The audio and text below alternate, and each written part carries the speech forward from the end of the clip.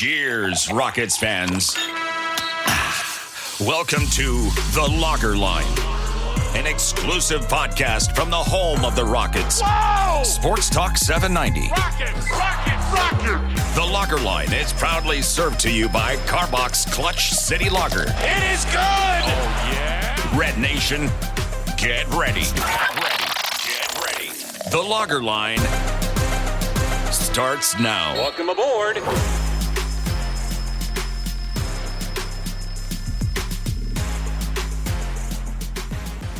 Welcome in to another new episode of The Lager Line, as always served to you courtesy of Clutch City Lager of Carbach Brewing. I'm your host, Ben Dubose, editor of USA Today's Rockets Wire and a contributor to Sports Talk 790, the official flagship radio station of your Houston Rockets, joined by my good friend, co-host, and producer out of Portugal, Paulo Alves. We're recording this Saturday night, July 22nd. The Rockets are just a few days removed from Summer League action, which concluded earlier this week. They lost in the championship game to the Cleveland Cavaliers, but by and large, it was a wildly successful run for the Summer Rockets. They went 5-1. Cam Whitmore won Summer League MVP. And even though they lost that finale, a game in which the Rockets very shorthanded, no Amin Thompson due to the ankle sprain, no Jabari Smith Jr. or Tari Eason. They were shut down for rest after the first two games. And yet the rest of the Rockets still got all the way to the championship, won 5 of the 6 games they played in total. So a lot to like from what we saw from the Rockets in Las Vegas over those 6 games. And it'll be the last we saw of them, the Rockets, that is, until training camp opens in early October. So at least they left us with something positive to, I guess, look back on over the coming weeks, the dead period on the NBA calendar. Of course, we'll have content looking ahead to the season, but this is our last chance to do some basketball analysis, if you will. So, Paulo, let's start there. What were your biggest takeaways from Summer League for the Rockets and what you learned from this past 2-week span? Yeah, to me, the biggest takeaway, it's about the coaching staff, I think, because I refuse to believe that this team was that much more talented than the previous 2 years of Summer League. And I'm talking about besides the top prospects, right? Because Amin Thompson only played the first game. Jabari and Tari only played the first 2. Even past those games, when the only, NBA talent that was out there was Cam Whitmore, they looked like a very competent team, and they were playing, basketball the right way. They were hustling on defense. They were running in transition. They were, jacking up threes to some extent, right? But I think that was part of the game plan. When you don't have the talent, you take whatever shot you can get, and sometimes that's not a great shot, but it's better than a terrible shot that you might get later in the possession. But I really loved, I think it's a comparable amount of talent what we've had before in Summer League, and it was a completely different approach. And it kind of gives you a taste of what Ben Sullivan, who was the Summer League coach, and what Ime Udoka have planned for this team. As far as accountability goes. And I know we'll get into Jabari, Tari, and Cam Whitmore and all of those guys, but actually I want to talk about the other guys, because I was impressed by a lot of guys, and with the NBA now increasing the 2-way limit to 3, and the Rockets having one roster spot left that they could use to give one of these guys the Hinkie special, the non-guaranteed deal for 4 years at the minimum. Right. There were rumors earlier on that Darius Days may get the Hinkie special, and I would be, fine with it. He's a terrific shooter. He can project to be a 3-and-D wing. He played with Tyrese and at LSU, so I think he may get that. But then, and I know a lot of people were really impressed by Jermaine Samuels. Me, not so much, because I don't trust the shot. It looks funky. It takes a lot to get off, and I don't think at the NBA level it'll be as good. He impressed in other facets of the game, but still, I love Matthew Meyer, and he can bring. I mean, he's the typical the Garrison Matthews type, but he's actually 6'9" with a plus wingspan, and so he's probably not going to be a great defender anyways. But at least he has some tools, and he's a knockdown shooter, and he gets it off like really easily, with that wingspan, with that size. I would also point out, by the way, that he was a key contributor on the Baylor team that won the national championship in 2021. So even though that's college, I do think there's something to be said for guys that have accepted, especially at the role player level, doing the little things to win. Even though it's college, the fact that he has that winning experience at a high level and has done it in that type of environment, to me, that means something in terms of his projectability. Yeah, he was really impressive, and so if I'm the Rockets, I think he should be the main candidate to get one of the one of the three two-way spots. I think Trevor Hurlings is going to get one, not really because he projects to be anything at the NBA level, because he is an undersized guard. He's really productive at lower levels of competition. He was a Division two guard, but it's not with these two-way spots. They're mostly for the G League team. Most of them are not going to play in the And NBA. by the way, keep in mind that because the Rockets offloaded so many guys early in free agency, the controversial moves involving Usman Garuba, Ty Washington, Josh Christopher, Dacian Nix, and so on and so forth, they actually are substantially below the roster limit of 20 in the offseason, which has expanded what you can bring to training camp and the preseason. So beyond the two ways, you can give some Exhibit 10 training camp invites to a lot of these guys. Nate Hinton is someone that could be in consideration as well. So just beyond the additional two-way, I think you could see some of these guys brought to camp simply because the Rockets have room for it now.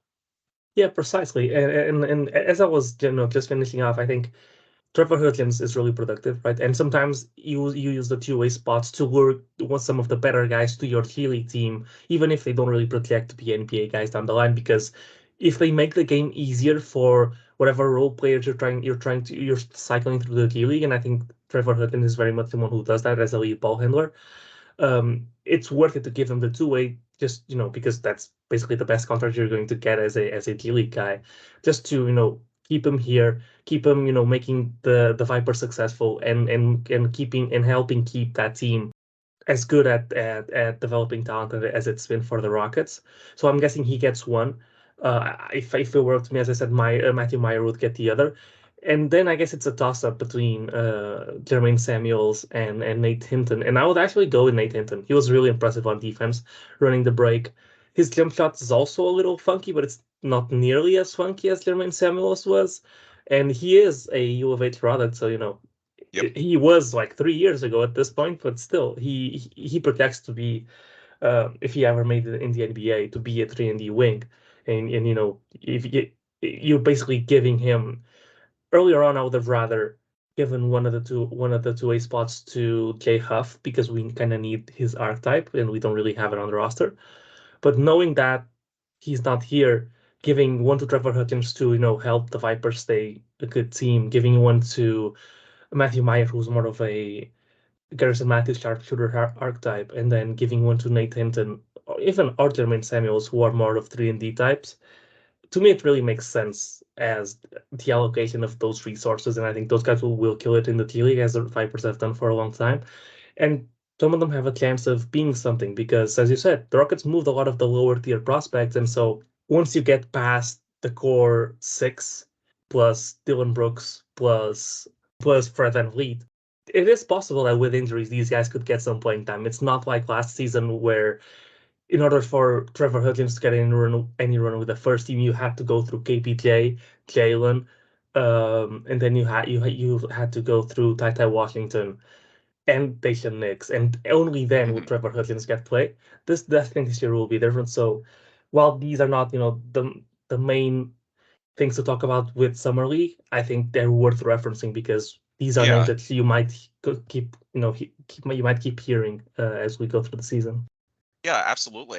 That was actually my biggest takeaway too. I thought you would go in a different direction, but the performance from the depth guys is what really, really stood out because the last four games, you didn't have any of the super big names. You did still have Cam Whitmore, who won MVP, but you didn't have Amin Thompson. You didn't have Jabari or Tari. And yet the way they sustained their performance, you mentioned they shot a lot of threes. They did, but for the most part, they came within the flow of the offense. Look at the percentages on high volume. Trevor Hudgens attempted more than 9 per game, made over 38%.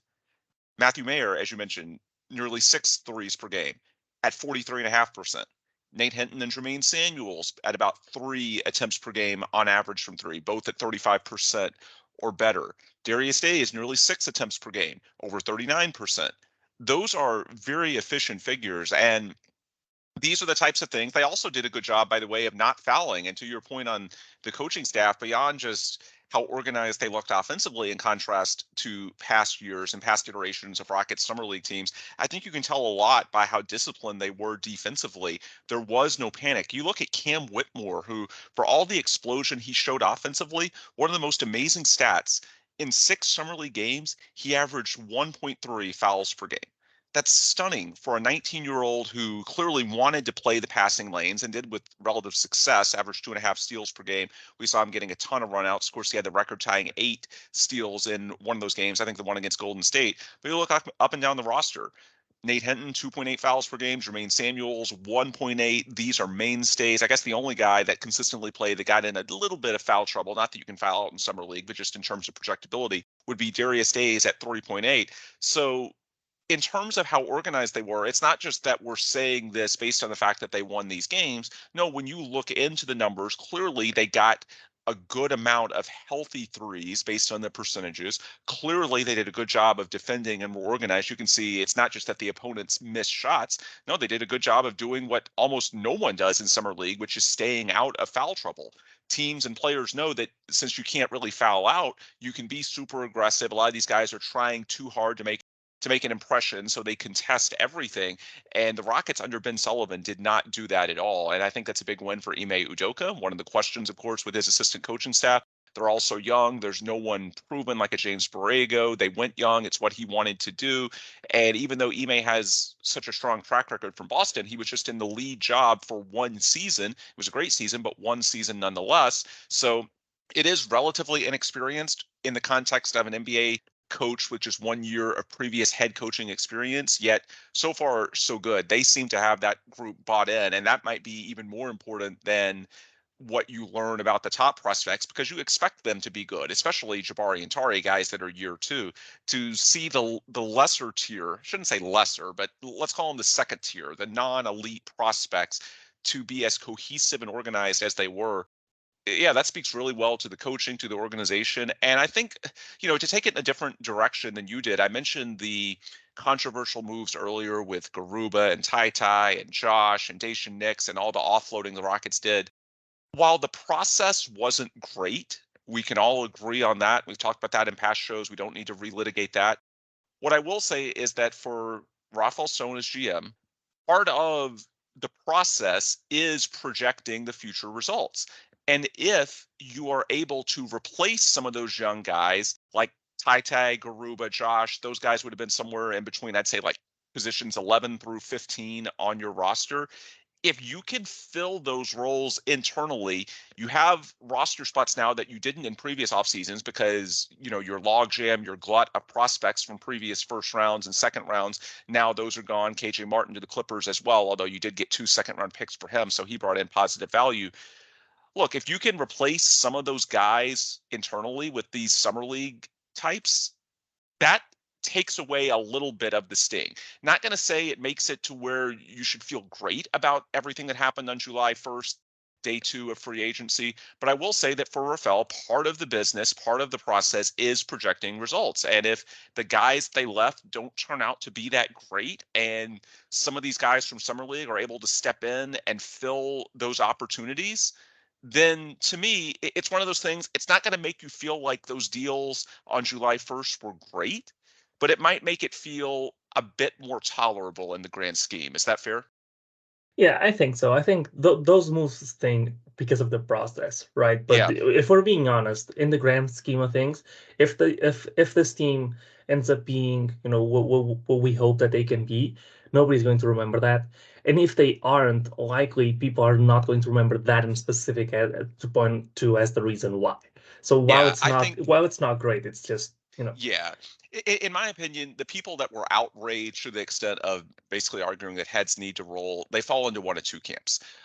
One of them are people that had misgivings about the Rockets front office or ownership already. In other words, for various reasons, they already had some sort of axe to grind with Rafael Stone or Tillman Fertitta. And I'm not saying you can't make those arguments, but at that point, the people that are sort of using this as the cherry on top of the sundae, there's some agenda pushing to it. There's some narrative pushing, and that's fine. You can certainly make those arguments until the Rockets win games. It's fair to be skeptical, but at the same time, if you're one of those people, it's important to note that you're not really that upset about this particular sequence of moves from July 1st. It's about other things, and that's fine, but let's not blow out of proportion when we actually analyze this sequence of moves in July 1st. At the end of the day, it may not be that meaningful. And we should also note that, that's part of it. The other part of the equation, I think there's a lot of casual fans that just tuned back into the Rockets as far as free agency because it was so pivotal. They had so much cap space, yada, yada. And people that don't really follow the NBA that closely see guys like Garuba and Tai that were recent first round picks, Josh Christopher as well. And there's some sticker shock to moving on from them so quickly, especially if you're following leagues like certainly the NFL, to an extent Major League Baseball as well, where there's a much higher expected output from first round picks, even late first round picks. In the NBA, it's important to remember that a lot of these guys do bust. And while it's too soon to declare any of those guys lost causes, at the same time, look, they haven't shown anything yet. It is worth noting that it's not just the Rockets that tried to move them. A week later, the Hawks tried to offload them and had to pay a premium as well to the Thunder. Now they traded 1 second-round pick instead of 2 because there was a bit less of a time crunch since the first wave of free agency had passed. But the point is they were not viewed as positive assets or even neutral assets. The Hawks had to incentivize the Thunder to take them on, and the Thunder were one of the few teams still with cap space. They were able to do so, got some second-round draft capital. And, we've talked about that before. But the bottom line is that, the people that were extremely upset, it seemed to be either A, people who already had misgivings, which is fine, that's completely valid. But then you're not just upset about that, you're trying to tie it into something bigger. Or I think people that just lost context with regards to how relatively small this is in the grand scheme. The best way I would characterize it, you look at some of the front offices that we agree are really good around the NBA. Teams like Miami, Boston, Denver, Memphis.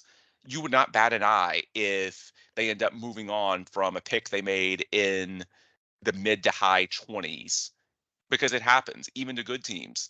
And ultimately, those really good teams, it's also not a big loss because you're looking at sort of role players in that range anyway. And in many cases, you can develop those from undrafted guys, pickups from the second round, summer league types, and so on and so forth. And so at the end of the day, it's really not that surprising. In Houston, again, I think it's a combination of not having the context. The Rockets haven't done a rebuild in a while, so some of the context is getting lost, and people are comparing it to other sports where the equation is a bit different in terms of what you expect from your first round picks. And also, I think there's some sort of tying in with previous misgivings, which you absolutely can, but then it's worth noting that you're not just upset about the Usman Garuba and Tai Washington deals. It's part of something much broader, which is fine, but at that point, we're having a much different and broader discussion.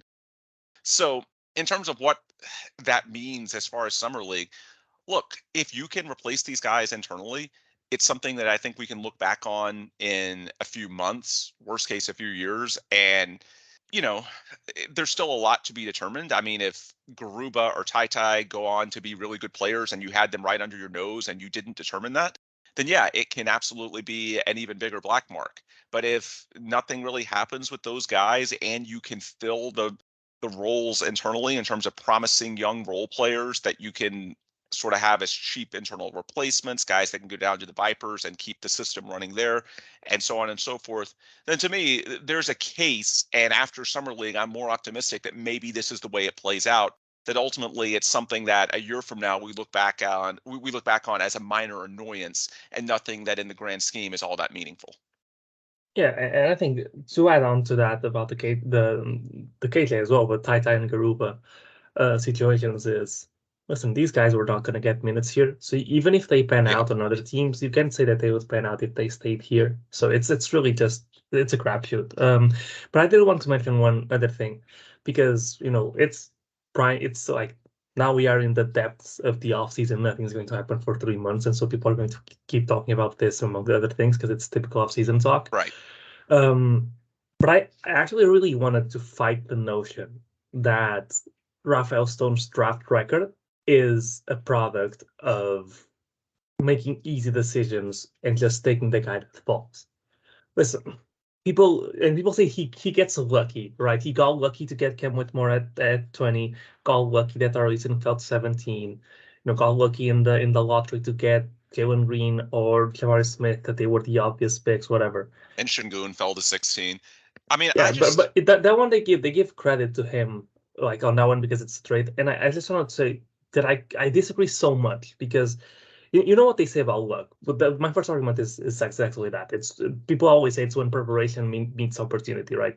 The Cam Whitmore pick does not happen if Raphael Stone doesn't refuse to trade Eric Gordon for a late first in last year's draft, and then turns around and this year trades it for a swap, which is not an obvious trade to make. I mean, most front offices don't do this with veterans. It's either 2 second-round picks that are protected late first. That jumped the Rockets from the Bucks pick at 30 or 29 to 20.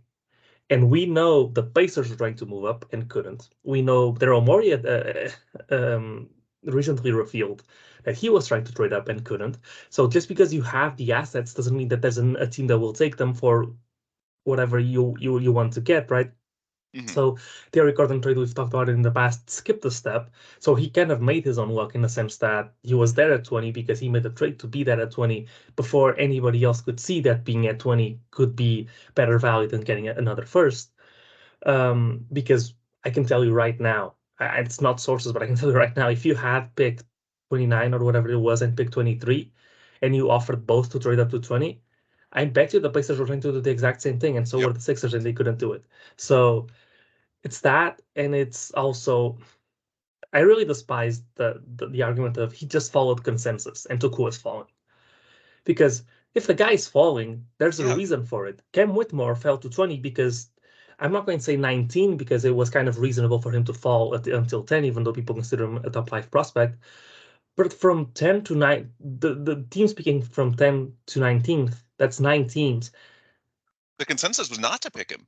Yeah, the consensus was not to pick him. So it's, just because something seems obvious on social media and a guy was projected to go out higher but is falling, doesn't make the decision any easier when you are in a front office, because other front offices, they are as qualified as anybody, and they're usually more qualified than Twitter, and they're choosing to pass on him. So it is a gutsy move to go and take the guy that's falling. And there can be some panic when there's only 5 minutes between picks, and people are wondering, is there something we don't know about why this guy is falling? And I think in real time, it can contribute to, like a stock crashing effect. Whereas the Rockets did their homework, they knew the medicals, and they were comfortable with them. And there's something to be said for, again, luck being where preparation meets opportunity. And I think that's what happened with Cam. And to go back to the point I was saying earlier about, the NBA, these late first round picks not having nearly the expected value that fans who may have been more focused on the Astros or the Texans the last few years and thinking about drafts in other sports like the NFL and MLB, the correlation between success and late first round picks not nearly being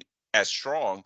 Beyond that, even if we, avoid the contextual arguments, then we can still point out that even if we say, okay, he missed on these late first, well, yeah, then you have the mid first where he's just had unequivocal success stories between Eason and Şengün, and now Cam Whitmore, who was MVP of Summer League and played in all 6 games. I thought he got better as it went along.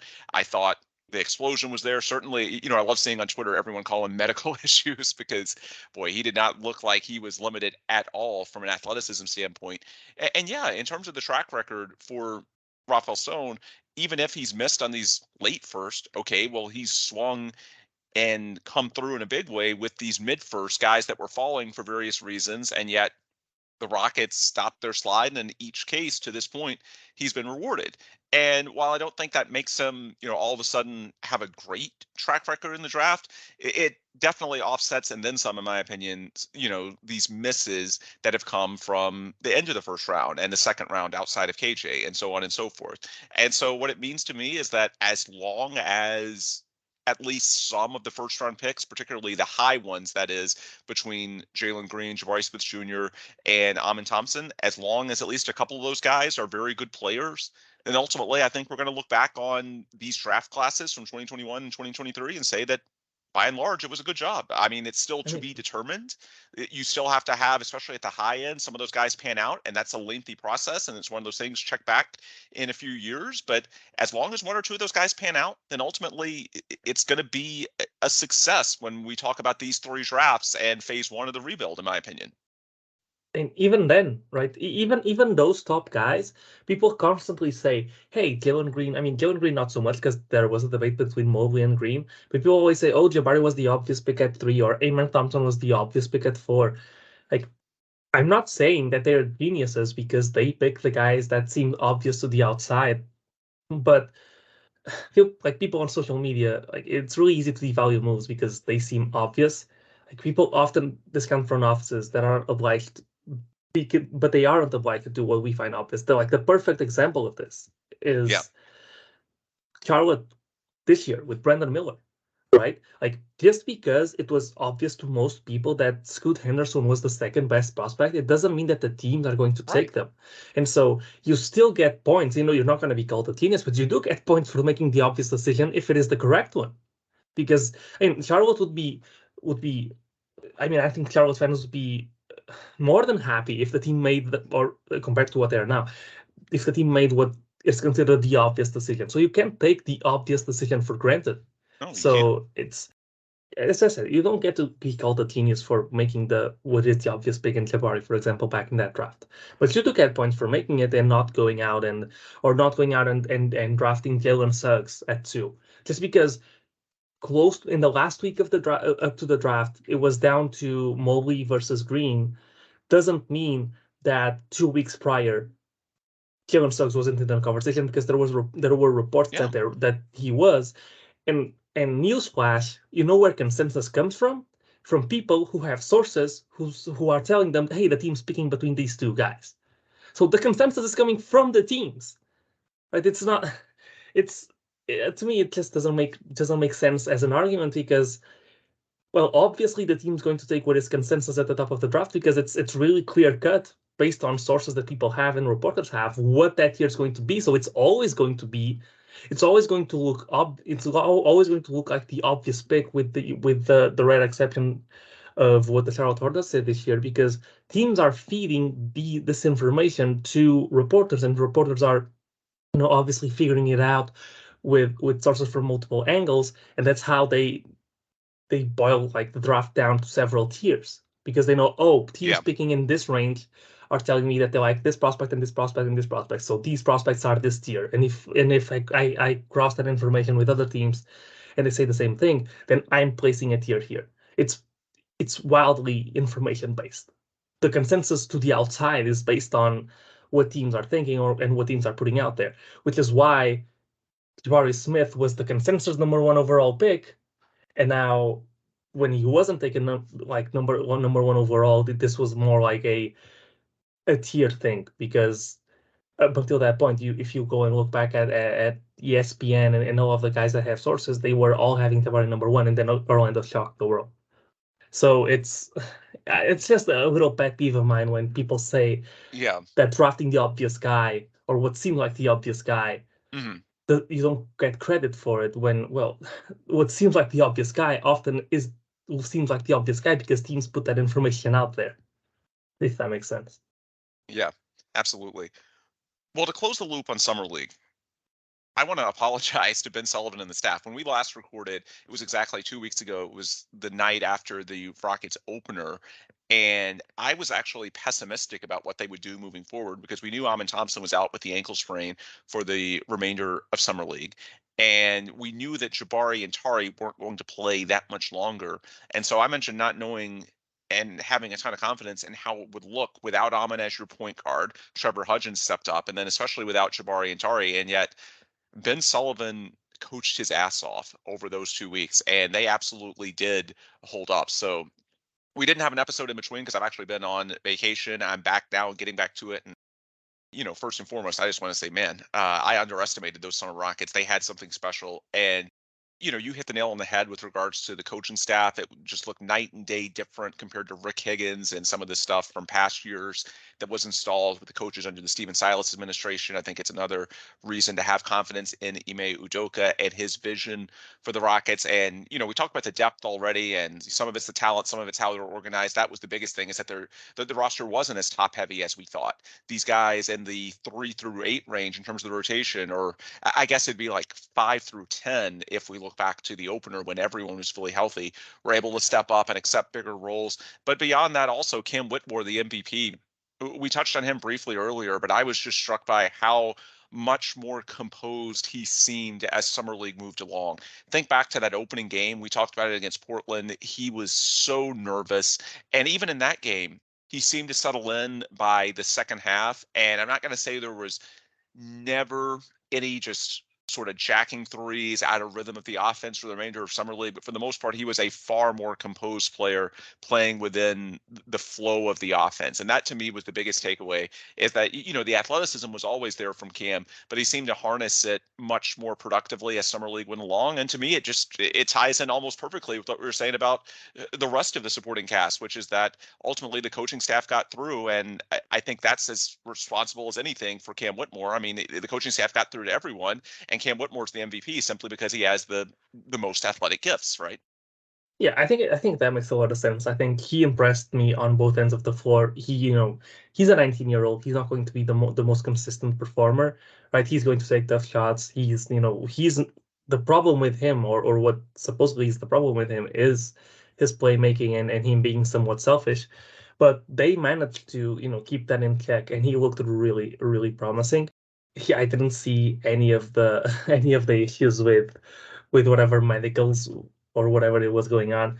But I do think that Ime Udoka will find in him a lot of what he found, or more of a more raw version of what he found in Jaylen Brown with the Celtics. I think it's actually a very good comparison, and the more you watch him play, the more it looks like it is.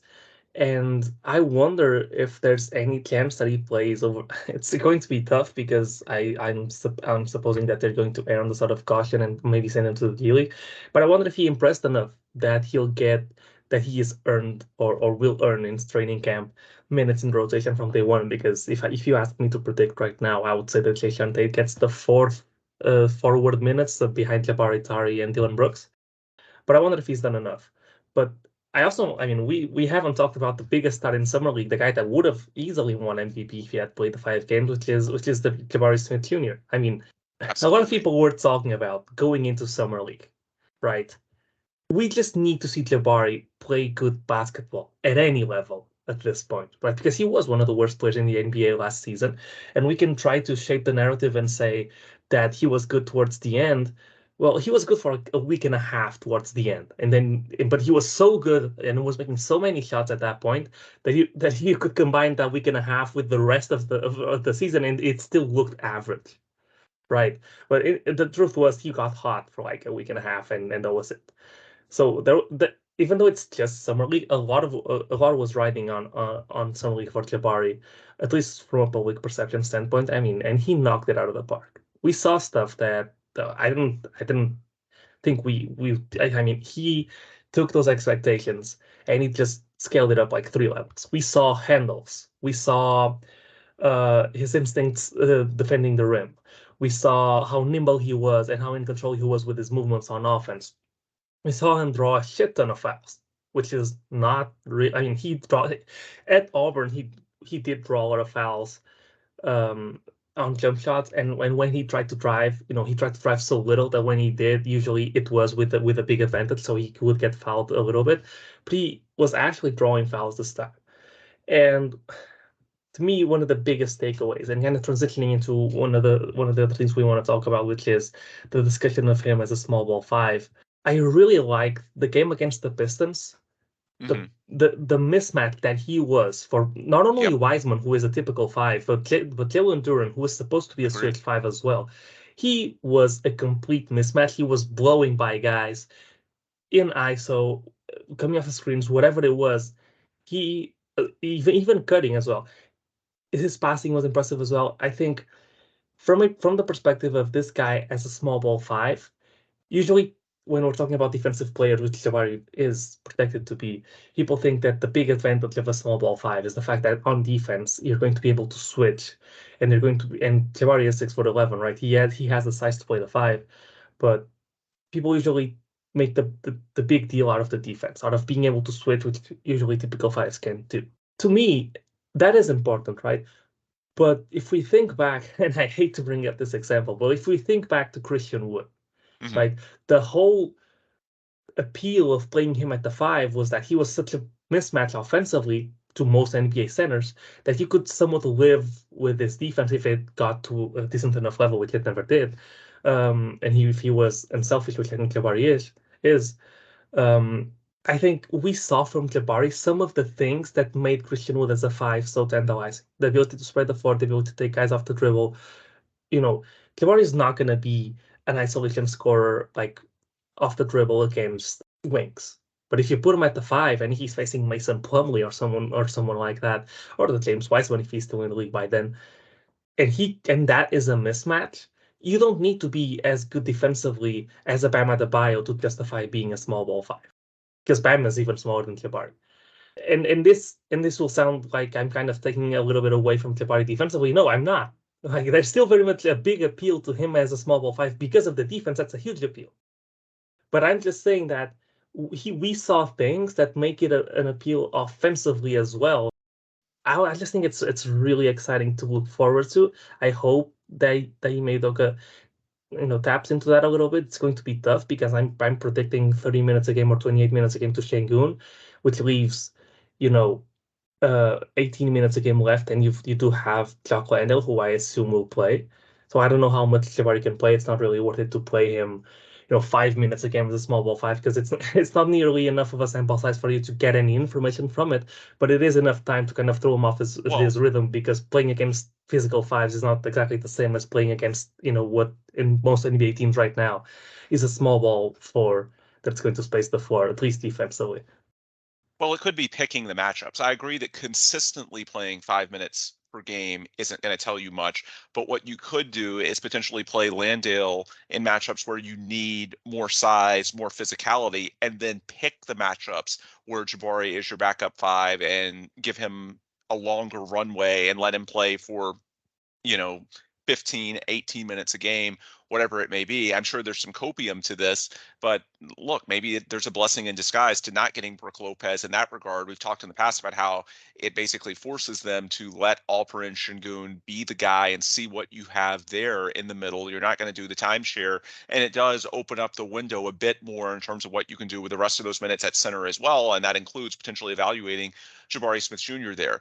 And so I agree with you that you don't want to just consistently play 5 minutes per game, because that's not going to do a whole heck of a lot. But I do think that you can perhaps choose your matchups a bit more and see if there's something to tap into in future seasons. Because even if the Rockets do lean into that more long term, it's sort of like, you think back to the past decade with Draymond Green and those death lineups, you honestly didn't even see the Warriors or teams using a similar template do it that much during the regular season, because of course there's a physical toll that comes from exposing the undersized or slightly underweight player to the pounding at the 5 during the season. You see them disproportionately use it in the playoffs. So it could be, again, just sort of checking here or there, how viable is this? And then all of a sudden, if and when the Rockets get to relevant games, perhaps as soon as next spring, but more likely the spring of 2025, then you see it all of a sudden deployed a bit more, and maybe you have the element of surprise as well. I actually thought there was a really interesting quote on this subject from Rafael Stone. Kelly Iko had a great article in The Athletic this week about Jabari's rookie season, his evolution, and there's a lot of insight about his growth. Talked to other players around the NBA about their advice for him. But I actually thought the most interesting quote was from Rafael, and it talks about what they saw in Jabari before they drafted him in 2022. Of course, they went into that draft expecting to get Paolo Banchero. We know how it played out. But Rafael leans into this idea of him being a lightweight 5. Here's the quote. It was essentially that he's got the size of a center. He's 6'11" with a 7'2" wingspan, very typical center size, with a unique ability to move his feet on the perimeter. Particularly in the playoffs, when people start switching everything more and more, he's projected to be a really interesting big. He has the size to be a rim protector, while at the same time can move in the perimeter like someone materially smaller. And I think that dovetails with what we saw from their approach in Summer League. That's part of why when Jay Huff left the team, they didn't really skip a beat, because they just went smaller with Jermaine Samuels Jr. as something of a small ball 5, and they switched everything, and it led to a defense that was in sync. They didn't foul a lot. They trusted each other. They knew that the other person was capable of holding up their end on these switches. And I think it could illustrate what they're trying to do long-term at the NBA level. And while I don't think, for reasons you laid out, that it's going to happen a ton this season, Şengün as the starter and Landale/Jeff Green as your backups, I think that's going to be generally the depth chart and the way they approach most games. But I do think that in select matchups, they're going to experiment with this, and there are going to be injuries from time to time that might force their hand a bit more. And while I think it's still, it's a process. We've talked about this before with guys like Jabari that are a bit underweight. You don't want them to put on too much too quickly in terms of bulk, to the point where they sacrifice their flexibility and their burst. We know that's something that Jabari is prioritizing anyway, trying to get more flexible. We've seen him with the yoga this offseason, so it's especially delicate with him. You don't want him to put on so much bulk that all of a sudden he has even more issues with regards to his flexibility. There's a very delicate balance. And so this may be something that we don't fully notice until 2-3 years down the road. But to me, seeing how the Rockets approach Summer League and seeing them and reading that quote from Rafael, to me, it reiterates that even if it's not this season, long term, Jabari at the 5 is something that they're very interested in. And the last point I will say, one of the big questions after Cam Whitmore unexpectedly fell to them at 20, a lot of people said, look, this sounds great, but how are we going to find minutes long term for all of these guys? You've already got Jabari and Tari at the forward spots. They kept Jayshawn Tate when a lot of people were expecting him to go. Now you've got Cam Whitmore as well. I know year one, you could theoretically play him with the Vipers a little bit, but in the grand scheme, there's a logjam. Well, hey, if Jabari plays at the 5 some, then all of a sudden that makes it a lot easier to find the minutes that Tari and Cam Whitmore need at the forward spots. So to me, not saying for sure it's going to happen. It is going to be a process. It's not going to be something where all of a sudden you get to training camp in October and Jabari is playing mostly at 5. But I do think that in the long run, it's clearly something they're interested in. And beyond the interest, beyond the fact that it works out and meshes so well with how we saw them wanting to play the coaching staff in Summer League, I also think it helps them long term with the roster crunch a little bit too, because Jabari at the 5 is the ticket for finding the minutes you need for guys like Tari and Cam Whitmore, right? Yeah, and I think when having this conversation about Jabari at the 5, I think a lot of people highlight his ability or lack of to be a rim protector, which kind of misses the entire point to me. And we are always on Twitter, and sometimes I'm just watching from the sidelines the discussion, just reading through it, and people are talking about, hey, like he's not exactly the most athletic dude. While he has the size, maybe he doesn't have the bounce, maybe he doesn't have the instinct.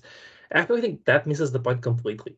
I think if he is going to play the 5, yes, you need a base level of rim protection, right? And I think he has it, or if he doesn't, he's close enough to it.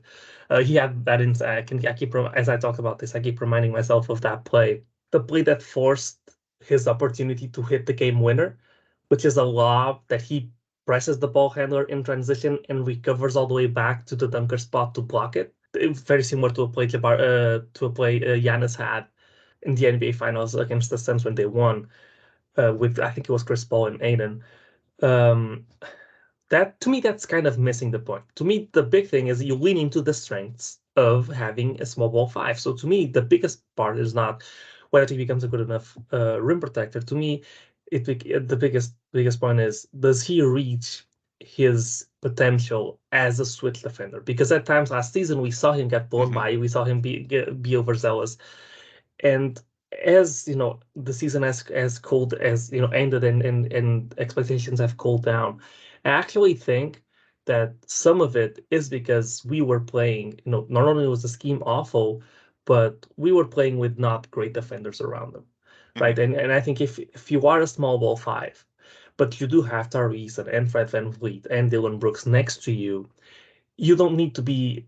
I mean, you can make the type of gambles that Jabari was making, or be overzealous, and expect the other guys to be able to contain somewhat the drive. If you do get somewhat beat, if you get blown by it, probably not.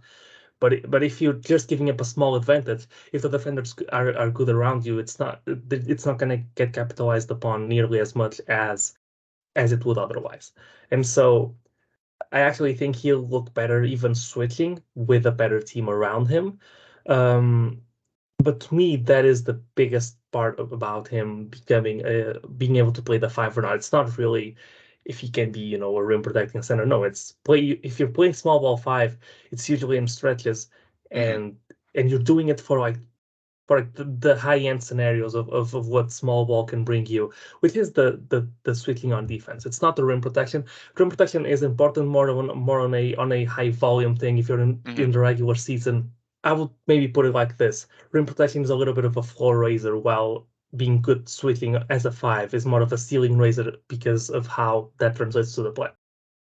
All right, so as we wind down this episode of the Lager Line, as always, served to you courtesy of Clutch City Lager of Karbach Brewing, want to transition from one of the two building blocks of the last 2 years, that being Jabari Smith Jr., to the other, that being Jalen Green. We've seen him working out with Fred VanVleet ever since Fred joined the Rockets in early July. I've heard that the last couple of weeks he's also been working out, Jalen that is, with Kevin Durant. So he's clearly taking this offseason seriously. And next month, we now know, courtesy of Shams Charania of The Athletic, that Jalen is going to be part of the U.S. select team along with Cade Cunningham of the Pistons, Keegan Murray of the Kings, Jalen Williams and Chet Holmgren of the Thunder. There's going to be a few others as well. But basically, they're going to report to training camp with the U.S. World Cup team, and they're basically going to scrimmage against those guys. And if there's any injuries or withdrawals from the main 12 that will represent the U.S. in the World Cup, then the select team will have guys that can step in and fill those roles. Think of them as something analogous to a taxi squad in Major League Baseball the last couple of years during the COVID seasons. So it's great experience for Jalen alongside other good players. I don't buy it as any sort of added injury risk because, look, unless you put these guys in a bubble, they are working out. Again, he's worked out with Fred. He's worked out with KD. He's got a busy offseason. And while you can point to everything that happened with Paul George in USA Basketball a few years ago, we can also point to Chet Holmgren, who we just referenced. He had his season in a year ago because of a freak accident in a pro-am game. So unless you're proposing putting these guys in bubble wrap and only doing running drills and cardio, which just isn't realistic. That's not how I most of mean, these guys those do can their go off wrong. season. Yeah, and Those those can can go too. wrong as well. Let's not make no Yeah, mistake about it. yeah. To me, the injury risk, and I haven't seen that too many places, but the few people that I've seen pointing that out, I think that's very misguided. Look, these guys are going to play basketball. Injuries happen. It sucks when they do, but again, it's not as if these guys are going to be in bubble wrap otherwise. And aside from that, I think first off, iron sharpens iron. He's going to be going up against really good players in the offseason, and hopefully it'll have him in fine form heading into a training camp where, look, there's going to be more competition now that Kevin Porter Jr. isn't the point guard. That's going to be someone that's not that much older than Jalen and plays a very similar position, a very similar archetype, body type. I think Jalen's going to have to be on top of his game. I think everyone wants Jalen to win that job and be in year 3 what we hoped he'd be in year 2 in terms of the Anthony Edwards breakout. We know in year 2 there were some circumstances we all wanted the breakout. And in fairness, he did average a team high 22 points per game, also 4 assists, 4 rebounds per game, but the efficiency wasn't there. And I think a lot of us, we were a bit underwhelmed, but it's easy to forget the infrastructure that, say, Anthony Edwards had when he took the huge leap in year 2 with the Timberwolves, not nearly the same with the Rockets, who actually even got a little bit worse relative to Jalen's rookie season. No more Christian Wood, traded Eric Gordon midway through, had Kevin Porter Jr. miss a couple of months midway through the season, and there was just an insane amount of responsibility thrown on Jalen at 20 years old to the point where it was almost impossible for him not to be inefficient to some degree, given the lack of infrastructure and how extremely young the team was. Not as if Steven Silas was a Coach of the Year candidate either in terms of how he was used and deployed. So again, while the season was perhaps a bit underwhelming, there's reasons for that. And now heading into year 3, I think on paper, Jalen's a guy with a real point guard running the show. He talked about that in one of his interviews from Summer League, a point guard who's won a championship before in Fred VanVleet. I think he's a guy who clearly this might be the year that the infrastructure is there in 2023 to 24 for him to take that kind of Anthony Edwards leap that maybe a year ago we wanted him to take. It was a bit too premature, especially with some of the surrounding issues. Now he might be able to. And to me, it's very important that he takes this offseason seriously. I've heard that he has, because while we can make excuses, and the word excuses sounds harsh, but the reality is, look, even if they're valid, he didn't take the type of leap in year 2 that Evan Mobley did in Cleveland. And that was a guy that was taken right after Jalen. So it is fair in the macro to have some concerns. And we can point out all these factors, but the reality is at some point, we can't just say, look, the Rockets didn't put him in the right situations. At some point, it is on Jalen to take that leap himself. And now there's no more excuses. The team is better. They have veterans. It's on Jalen to step up this season. And so it's a big offseason for him. And everything I've seen suggests that he's doing this. He's taking it seriously. He needs to be in the right shape. He needs to be confident going into camp. And to me, this type of setting, being on the select team and working out with these big names like Fred, like KD, that can only help what's going to be a very pivotal season for Jalen Green. Because again, last year, we can make excuses and a lot of them were valid. But this year 3, and by the way, it's the final year before the Rockets have an opportunity to offer him an extension in the offseason. So there's a lot for him to prove financially as well. I think Jalen knows it's a big year, and I see a lot more positives than negatives from this. To me, it's important. I think it puts him on the right foot heading into training camp. And I think beyond just Jalen, look, I think it's good for the Rockets. So much of the Jalen narrative has been out of his control. We know the Locked on NBA podcast from back in the day with Matt Moore and that Locked on Heat guy trying to act like he's Deion Waiters or Jordan Clarkson, the 6-man type. And I do think a lot of that is circumstantial. But look, at some point, this is sort of what the losing tax entails. We've talked about this in the weeks leading up to free agency. When you lose that many games, no one gives you the benefit of the doubt. Everyone looks for the negatives. And so I think to see Jalen put in that type of group with guys like Cade, like Keegan Murray, who, fair or unfair, seem to have a better reputation around the league. Chet Holmgren and Jalen Williams. Obviously, Jalen had a near rookie of this year season last year with the Thunder. Chet hasn't played yet, but we know how highly he's thought of in NBA circles. To see Jalen in that group, it's also a reminder of why Rockets fans are and should be so excited about Jalen, that even if some of the national narratives that are perhaps associated with the losing tax are a bit out on Jalen, a bit down on him, look, people around the league, people that follow the sport of basketball know the type of talent he is. They know why he was the number 2 overall pick in 2021. And so beyond just the benefits of iron sharpening iron and working with the right guys in the offseason, perhaps there's some confidence that goes from being put in this type of grouping, in this type of tier with being wanted. And so I think both physically and mentally being in the right headspace, I see a lot more positives than negatives from Jalen being involved in this over the next couple of months. There's no the only negative argument that I could make for it is that Jalen is a confidence, guy, and if he goes in there and he has Mikal Bridges guarding him 24/7, he can make a shot. Maybe it hurts his confidence. That's the only thing that can possibly go wrong. Injuries, listen, I hate that argument so much. Injuries happen anywhere, right? He could even not be playing basketball. I mean, didn't John Wall coming off, I think it was an ACL there or an Achilles there or whatever it was, just fall down the stairs at his home and be injured for another year? And it's the injury argument to me makes no sense. You run a risk every time you even practice, right? And we're not going to tell guys to stop practicing. And this is high quality practice. So even if the risk of injury is heightened a little bit, I mean, so is the quality of the practice that he's going to get in, right? So it's, to me, that makes no sense. But to speak on Jalen, I'm actually kind of surprised how, and it's been kind of recent over the last couple of weeks, at least on Twitter, how people are kind of down on him all of a sudden. I don't know if it's because he hasn't played basketball in a while, and we've kind of seen every other guy, at least go to summer league and do well. And I mean basketball as in for the Rockets, right? I'm sure he's practicing. But we're still talking about a guy that averaged 22, 4 and 4 as a 20-year-old with a body that is not developed enough to play the shooting guard position it was better than his rookie season, but it was still not what it needs to be as far as absorbing contact goes. A guy like Anthony Edwards, even coming into the league, had a frame more ready than Jalen Green had. So Jalen has the athleticism, still he can move his feet, but he doesn't have the weight to bully guys around as a scorer. That being said, he did make one improvement that you can pinpoint as this is really important for his progress, and it happened, and hopefully can keep building on it. He went from 3.5 free throws a game his rookie season to 6.1 the second season. He still doesn't get quite the whistle that he probably deserves. Someone like Anthony Edwards in his second season only had 3.9 free throws a game. So he is making that jump, and that's kind of what saved his efficiency last year. Kept it passable, yeah.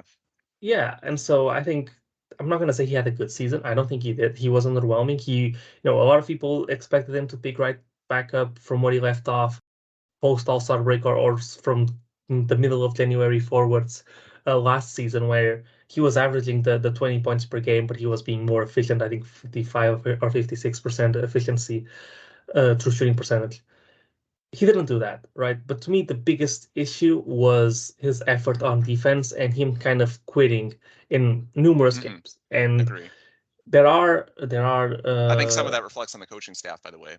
Exactly, it does. There are circumstances that make that more passable. But year one of the things that I kept telling people was, hey, this guy was losing by 20 every single game, and he was still trying to fight through screens. He was still hyper competitive, still trying to always get better.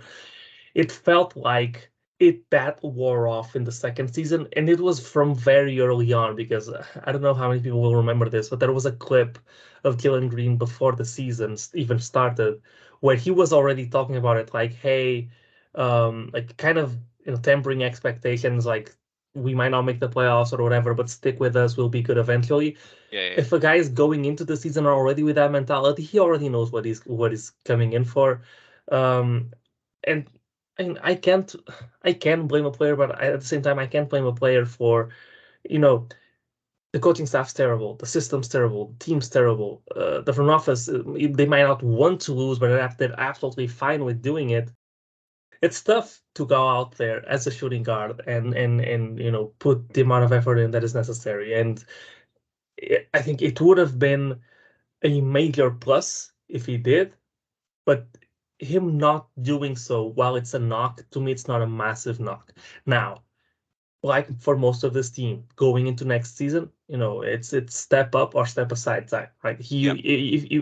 There is a very suitable replacement in Kevin Porter Jr., who is likely a better player than you are, especially if you put him as at shooting guard, at that position right now.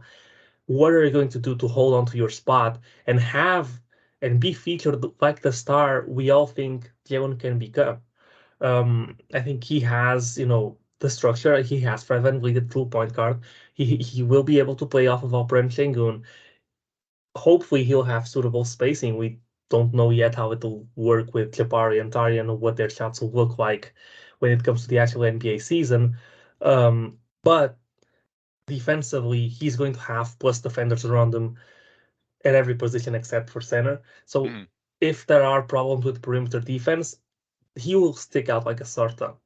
And so it will be on him, and everybody will focus on him to get better. So he'll be held accountable whether he likes it or not, whether the coaching staff wants to or not, just by the factor of everybody around him is a better defender than him. And so we'll see how he delivers on that. We'll see how his consistency offensively goes. Hopefully he'll go back to more of a 50-50 split in on ball versus off ball, role in the offense. But listen, I can't stop talking about this is a 20-year-old with insane athleticism, with now 21, but still. Now 21, yeah, correct. Coming off of his 20-year-old season, he's still the same player, and he has shown improvement on both on both the seasons that he has played so far. And I'm not any less excited about him than I was when he first came in. I mean, people seem lower on him now than they were during the first half of his rookie season, when he looked like he didn't belong at all. And to me, that makes literally zero sense. I think it's the power of the narrative. Yeah, and listen, I don't think I completely agree with the strategy of giving KPJ a chance to start in place of Jalen. I think that's perfect. If Jalen is who we think he is, he's going to earn that spot. And make no mistake about it, KPJ has the potential to be a great player as well. He's still only 22 or 23 years old. Right. He can still be a great player. And if Jalen, even if Jalen isn't at that point right now, and I think most people would point to KPJ as the better player today, if he can't handle having to go to the bench because he's not good enough, I mean, if there were some if they told him, hey, you're going to the bench because we don't want to piss KPJ off, I'd be mad, right? And if I were Jalen, I'd be mad as Jalen as well. But you as a player can't be mad about being sent to the bench because the better guy is playing for you. And if Jalen can't handle that, and that doesn't make him strive to be better and eventually beat him out, then maybe he isn't the player that I think he is. But that being said, I will still say that I believe that come the start of the regular season, Jalen will start because I think he is good enough, right? Because I think he is good enough. But any reports that he isn't, or that it's a competition, shouldn't be taken as a slight to him, should be taken as a test. And if he is the guy that we think he is, and I think he is, he'll pass that test. Yeah, competition is good. I know we're sort of conditioned after the last couple of years to think that certain players, most notably Jalen and Jabari, a certain level of prospect, are guaranteed to get minutes. Look, that was the situation then. That was phase one. This is phase two. In most circumstances, competition is good. Iron sharpens iron. And so I think going into a camp in which Jalen's going to have to prove it, it helps that he's having to adopt something of a similar mindset this offseason as well, training with the best and going up against the best in these practices and perhaps trying to earn a spot on the actual World Cup team, depending on what happens with injuries and withdrawals and so on and so forth. To me, the positives clearly outweigh the negatives. The last point I'll say as far as the narrative, I think a lot of it in our modern media culture, people are always wanting to get to the next how could you mistake storyline.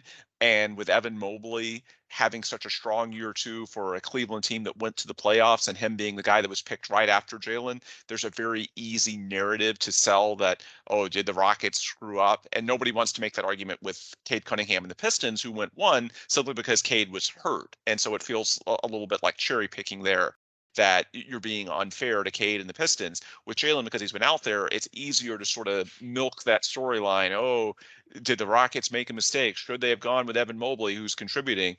And my answer to that, just as I said earlier, a lot of this is circumstantial. The infrastructure that Mobley has around him in Cleveland, which allows him to, I mean, number one, he's not the reason they're winning. There's talent up and down that roster. But two, the surrounding talent absolutely allows him to play to his strengths and to play to his role. And it doesn't ask him to do too much, in contrast to Jalen, who, as we just discussed, was asked to do things the last couple of years far before he was ready, simply because in Houston there was almost no alternatives.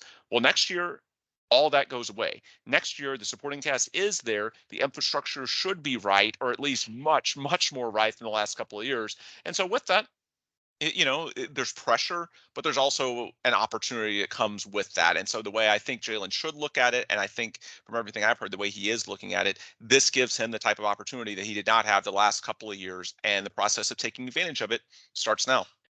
Yeah, and not to not to slander Evan Mobley at all. But let's be honest about this. As a prospect, Evan Mobley is not ready to play the five. He'll get bullied. The Cleveland Cavaliers did not have a good defense with Defensive Player of the Year caliber guy Evan Mobley at the five. Okay, so he has to play the four. And playing the four in a long regular season gives you a high ceiling because you're playing two bigs, and teams are not going to prepare. And Evan Mobley is a good switch defender. Teams are not gonna prepare to pinpoint attack every single one of your weaknesses from game to game. Mm-hmm. But when it comes to the playoffs, now you have a problem because Evan Mobley also can't shoot. Yep. And so you can't play the five. You have to play the four, unless you get a floor spacing five to play on offense with you, and you play Evan Mobley at the five offensively and the four defensively. There are problems with Evan Mobley as a prospect as well. He's just on a much better team with all-star Darius Garland as point guard, with all-star Donovan Mitchell as shooting guard, with Jared Allen protecting him at center. Yeah, so he's in a perfect situation. It's like if you ask Jalen just to catch and shoot open threes all game, I mean, he could probably do it. And I'm not saying Evan Mobley's role is as simplified as that, but he very much went to a place where it was tailor-made for him to have the maximum impact that he can have. All of his weaknesses are being covered, and the shooting, which is one of them, is likely part of what cost them their ability to go, further in the playoffs. So it's not like, yes, he did make a jump. I'm not sure if he was defensive player of the year level, contention level worthy, but the circumstances matter, especially when we're talking about like 21-year-olds. And right, absolutely. Yeah, and I think that there's still a lot of scenarios out there where Jalen Green is the best prospect from his class. Absolutely. So, yeah, I think looking back the last couple of years, it's an apples to oranges comparison. This season, it gets closer to being apples to apples. And while I think it's a storyline that we want to start and will start paying a lot more attention to in October, obviously the performance that Jalen has this year will also go a long way to determining what the Rockets do in extension talks with him the following offseason. But beyond that, also, I do think there's something to be said from watching his performance this summer. If he does get to play in a few games that hopefully, even if it's not the World Cup, maybe there's some ways to watch these scrimmages and, if not watch, at least hear how he holds up.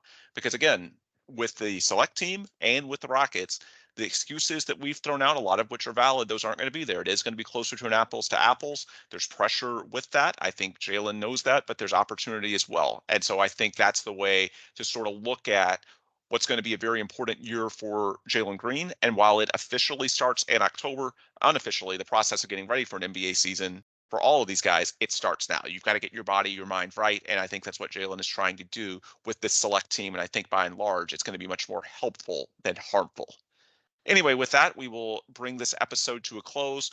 As always, I appreciate all of you, our listeners, for tuning in. If you want more content before our next episode, the best place to get it is on Twitter. I'm on there at Ben Dubose. Paolo is on there at Paolo Alves NBA. And the show, The Logger Line, is on there at The Logger Line. If you go there, you can hit up the link tree in our bio. That's where you can find links to our sponsors and partners, Sports Talk 790, Carbach Brewing. You can access all of their shows and content, Rockets Wire of USA Today Sports Media Group as well. Just hit up their links at the link tree at the Logger Line on Twitter. You can also find Apple, Google, Spotify, all of our distributors. If you're not already subscribed to the show, please do. And you can find it at your distributor of choice simply by going to that link tree.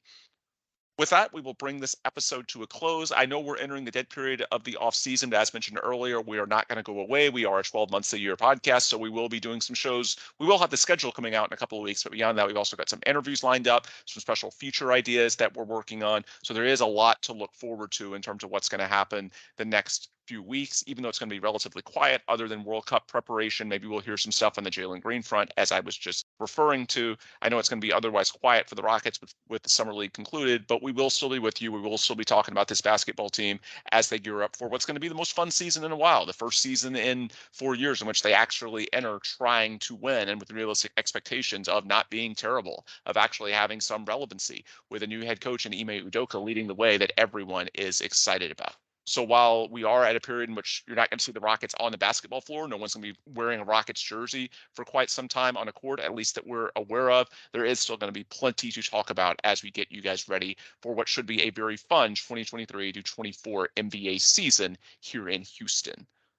With that complete, we will adjourn for tonight. For Paolo, I'm Ben. Thanks as always for listening, and please come back soon for another new episode of The Logger Line.